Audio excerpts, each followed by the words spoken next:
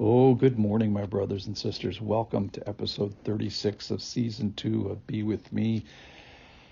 And at the end of today, I hope that there's a single word. The word is ransom. I hope it is thumping in your head all day long. I hope you'll be able to tell me your story of rescue, of ransom. And if not, you'll be convicted that you don't have a story of rescue or ransom. So here's the passage from today. It's in Mark chapter 10, verse 45. And Jesus has been talking about leadership and service and coming under and being their servant. And then he specifies it here in verse 45. For even the Son of Man came not to be served, but to serve, and to give his life as a ransom for many. To give his life as a ransom for many. So, ransom, it's a Greek word, lutron. It means the price paid for a slave's release. Even the definition is offensive. And as we enlarge our view of God towards his holiness and his generosity, we get a shrinking view of myself and a more real view of ourselves.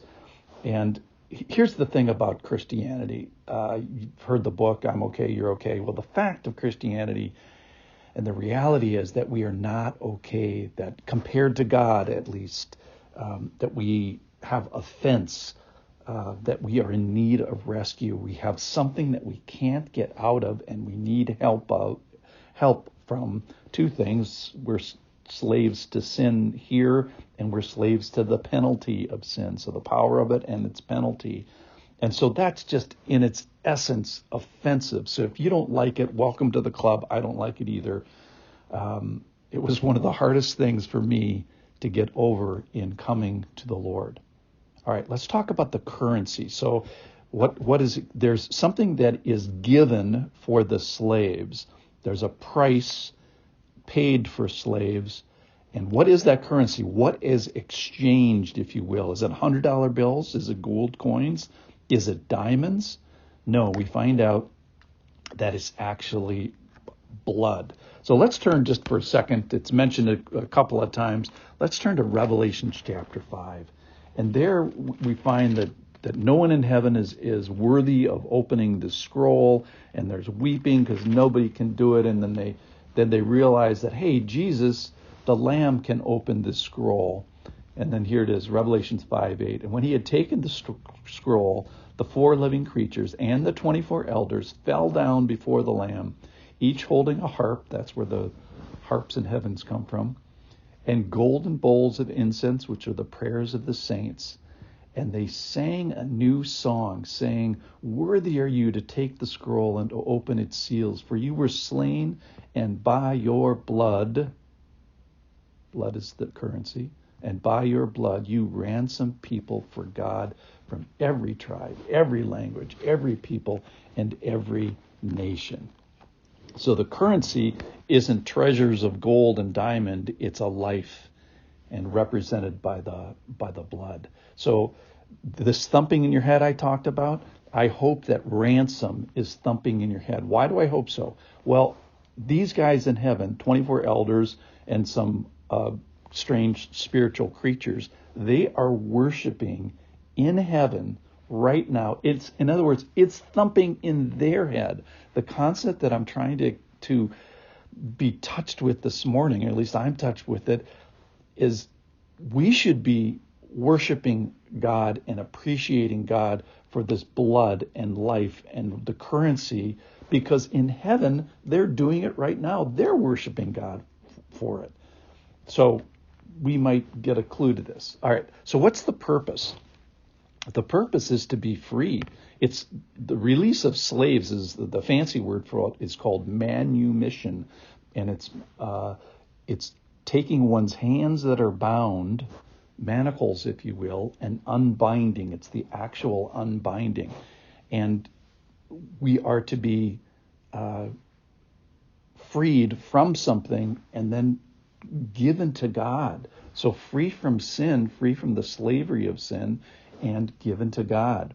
So I think of justice, mercy, and grace. So justice is getting exactly what you deserve. Mercy is getting less than you deserve.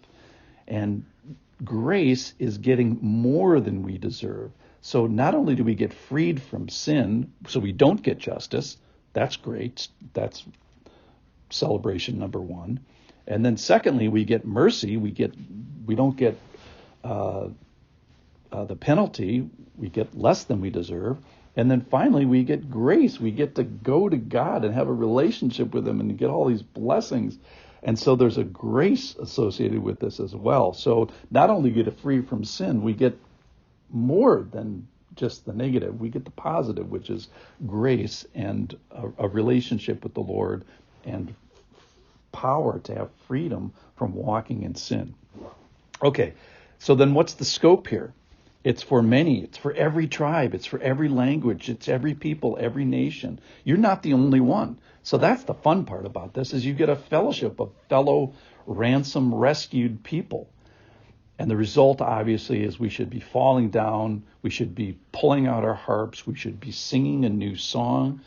And the result is we get, hopefully, some rescue from our futile ways that we've inherited from our forefathers. That's in 1 Peter chapter 1:18.